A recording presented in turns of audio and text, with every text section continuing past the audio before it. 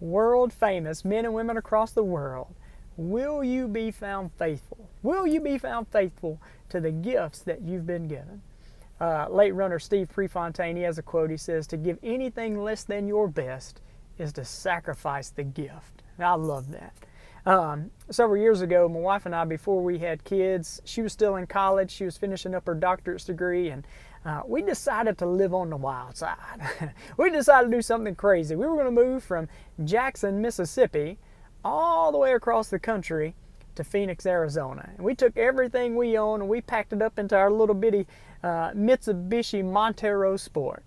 And I just want to give you a visual image of this. Every single thing we had was packed into this SUV, and on top of the SUV we had these two big kayaks, and behind us we were pulling a little Honda Civic, and we were going across the country in it. But what was really cool was about 3 days before, my wife got this check out of the blue. Out of the blue. It was a $1,000 check, a $1,000 scholarship check that we wouldn't even have to pay back, right? And I mean, we were pumped up and excited about it, and I tell you, I already had plans for every single penny of that $1,000. So one day we were going to be going out to, we were going to go to San Diego. We were going to do some surfing in San Diego. We were going to go down to Tucson and do some biking. We'd go up to Flagstaff and we're going to do some snow skiing. I had every single penny lined out on what we were going to do. But about halfway to Arizona, I get this phone call, and the guy that we're renting a condo from that we'd be living in said the rent went up to about $1,600 a month, and we were expecting about $1,200. As I had just found out that the job I would be starting in the next couple of days, I wouldn't really get to start for another 6 to 8 weeks. And the Mitsubishi Montero Sport that typically got about 18 miles to the gallon now was getting about 9 miles to the gallon. And it seemed like the further and further and further away we got from Mississippi, the gas prices just didn't up. They went up and went up and went up. And it became pretty obvious to me that every single penny of this $1,000 was gone. And I remember driving down the road and had my little lip poked out, and I was having me a little pity party. I was pitching a fit over there. Like, man, I'm not going to get to go skiing, not going to get to do all these things. I was pitching a fit about all the experiences that I wasn't going to get to have. All the things that I wasn't going to get to do. And as I was sitting out the window, looking out the window with my lip poked out, acting like a little school kid, God asked me a question. He said, if I didn't give Kim this check, how are you going to make it out to Arizona in the first place? And I couldn't answer the question, because in reality, I don't know how we would have made it out to Arizona if we didn't get that check. And see, what had happened was I was staking a claim to somebody else's gift. I was staking a claim to somebody else's gift that was given for a specific purpose.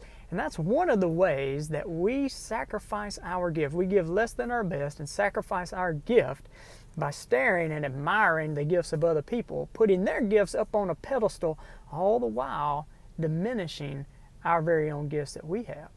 Another one of the ways that we give less than our best and sacrifice our gift is we never open up the package, right? Every single one of us have our own gifts and talents. We have our own gifts, but many people never even open up the package. It's like you get a Christmas present, it's got the nice wrapping, it's got the bow on it, and you say, ooh, that is just way too pretty to open up. So I'm going to set this right over here in the corner, and we're not going to open it up. We're just going to admire the package, right? That's exactly what we do. We take on the attitude of, I'm going to just safely and securely tiptoe through life. I'm going to safely tiptoe through life, and I'm going to make it to the finish line, and nothing's going to happen. Nothing bad's going to happen. So we tiptoe through life, and we make it through life, and we have no scars, but we also have no trophies. We're living a safe and a secure life, tiptoeing through life. And say it to you this way. Say I had a little acorn right here. And I said, you know, this acorn, I'm going to protect it. I'm going to put it on the shelf over here so nothing bad ever happens to it. I'm going to make sure nothing happens to it. Nobody steps on it. No squirrel comes and gets this thing. I'm going to make sure it's safe. And it's going to be safe. Nothing is ever going to happen to it. Nothing bad is ever going to happen to it. but nothing good will ever happen to it as well. It will never reach its potential, what it was designed and created to be, sitting on a shelf, and neither will you by sitting on the sidelines of life. Sitting on the sidelines of life, being a spectator instead of being a participant. The last way that we give less than our best and sacrifice our gift is we maybe realize that we're gifted and we're talented, and we decide that we're going to clench our fist and we're going to hold on tight and say, these are my gifts. It's all about me. I'm not sharing these gifts with anybody. This is all for me. And we have this competitive mindset instead of a creative mindset. See, a competitive mindset says, for me to win, all y'all got to lose. For me to win, everybody else has to lose. And it's having a mindset of lack and limitation and scarcity. But my friend, there is no lack and limitation and scarcity. There's abundance. There's abundance. And if you don't believe me, if you doubt that there's abundance, I want you to go outside right now, and I want you to look at one tree, and I want you to try to count the leaves on one branch of one tree. And then when you get done, I want you to bend down and get down on a knee, and one by one, I want you to start counting the blades of grass just in your yard. There is abundance all around. And all we have to do is move from this competitive plane to a creative plane. You were designed to create. And I want to finish this video with the story I heard from John Maxwell. John Maxwell was telling a story about a preacher friend of his and his son. So his preacher friend and his son, they were kind of hanging out for the day, just spending a good day together, and they decided they were hungry, so they were going to get something to eat, and they decided to go to McDonald's. And they get up to the register, and they're going to order their food, and the dad looks down at the son and asks him what he wants, and he says he would like some fries. I mean, you can't go wrong with McDonald's fries, right? And the dad says, you know what? Make that supersized fries.